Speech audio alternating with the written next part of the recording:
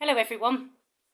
I've posted a few videos now on how to motivate yourself or your neurodivergent kids, specifically for children, how to help them with revision, exam time, studying, that kind of thing.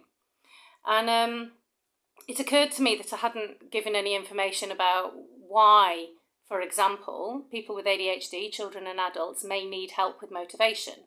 And as many people will know, part of what forms the issues with someone who has ADHD is difficulty with producing or regulating dopamine.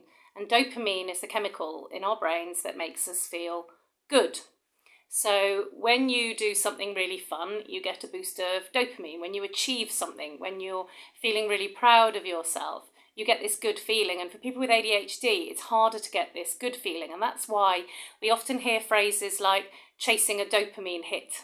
I don't know if any of you have ever heard that. And, that phrase resonates massively for me when I was younger.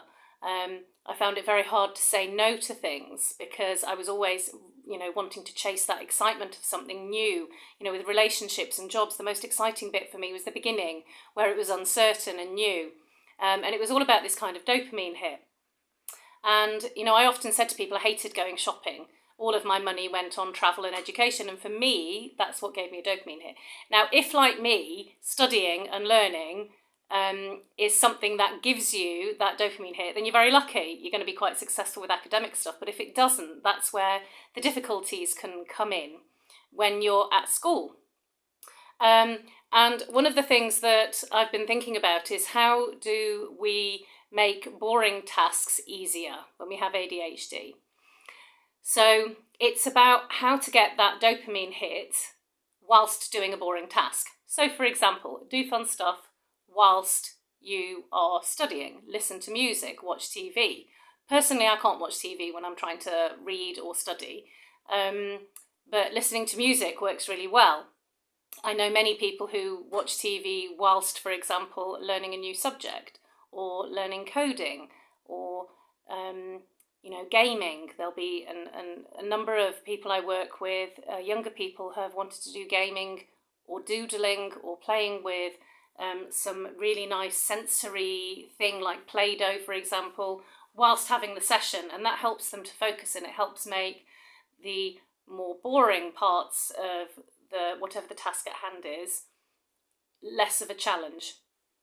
So things that might help, possibilities that might help, for example, as well as listening to music or watching TV, I was thinking back to when I was doing my studying at university, and I've mentioned in a previous video that when I was revising for exams, I would do it in the stairwell and I'd stand on my head. And there was something about standing on my head that helped me to focus. It felt good to move my body whilst I was engaged in a boring task. So some people, they dance whilst they're doing housework, or, not all housework, obviously you can dance because you need to be in one spot, but there are things you can do whilst you're moving, or you can watch TV whilst you're doing stuff, or you can listen to podcasts whilst you're doing stuff, or leave voice notes for a friend, or talk to a friend, in real life. So it's about thinking about what other activities you can do whilst doing the boring activity to make it not boring. So the activity itself is boring, but you can still do it because you're doing something more fun at the same time. Obviously, there are some jobs where you might not be able to do two things at the same time, and so then it can really help to, for example, intersperse fun activities into the boring task. So you might do 10 minutes of a boring task, then a fun activity, or 10 minutes, then a fun activity. Breaking up can really help. So, and I've mentioned this in one of my previous videos as well, I can't remember which one, but mowing the lawn for me is insanely boring. I'm looking outside at our garden. At some point I will share with you the size of the garden. It is much bigger than I've ever been used to in my life prior to, the last 18 months when we moved into this house. And it's incredibly tedious for me going up and down, backwards and forwards. It's not going to happen. And I noticed last summer, or rather one of my siblings noticed, that I would kind of carve out a little rectangle with the lawnmower and mow the area inside that rectangle. Or I'd do a little triangle or do a little circle. Or I'd find a natural feature in the garden and go round that and then do a little patch off to one side, a patch off to the other side. And there was no logic to how I was mowing the lawn, but being able to have these kind of mini successes regularly throughout the enormous task of mowing the whole lawn really helped to keep me motivated and helped to keep me going.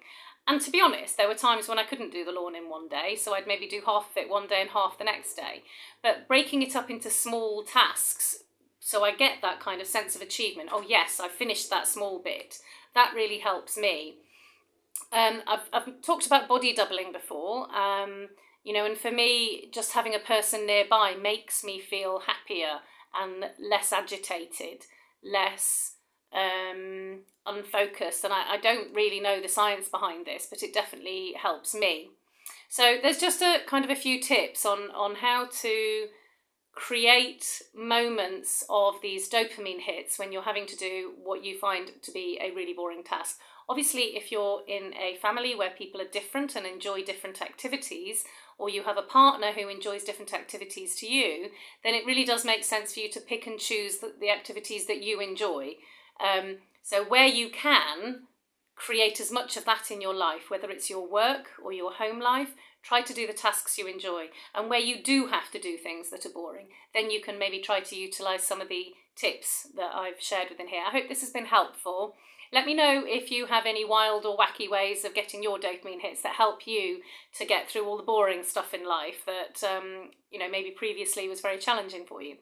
Hope you have a great week. Take care, everyone, and I will post again soon.